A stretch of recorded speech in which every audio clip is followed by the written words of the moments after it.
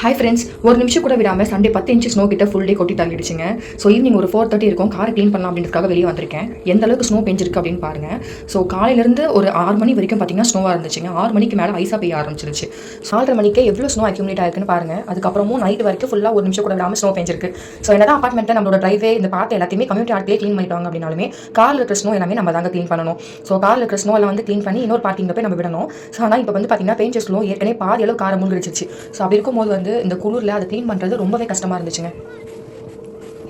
அப்பார்ட்மெண்ட்டில் இருக்கிறவங்களுக்கு கூட பரவாயில்லைங்க. ஆனால் வந்து ஓன் ஹவுஸில் இருக்கவங்களுக்கு பார்த்தீங்கன்னா கார் இன்னும் ரொம்ப சேஃபாக கராஜில் இருக்கும். ஆனால் வெளியே இருக்கிற பாத்வேலேருந்து எல்லாத்தையுமே வந்து அந்த ஹவுஸ் ஓனர் தான் க்ளீன் பண்ணணும். பிகாஸ் அந்த ஸ்னோவில் வந்து வெளியிலேருந்து வரவங்க யாராவது ஸ்கிட் ஆகிட்டாலோ ஏதாவது பிரச்சனை ஆயிடுச்சுனாலோ அந்த ஹவுஸ் ஓனர் தான் பொறுப்பு. லைட்டாக ஸ்னோ இருக்குல்ல, அப்போதுக்காக இப்போவே போய் கார் வந்து க்ளீன் பண்ணணும் அப்படின்னு சொல்லிட்டு.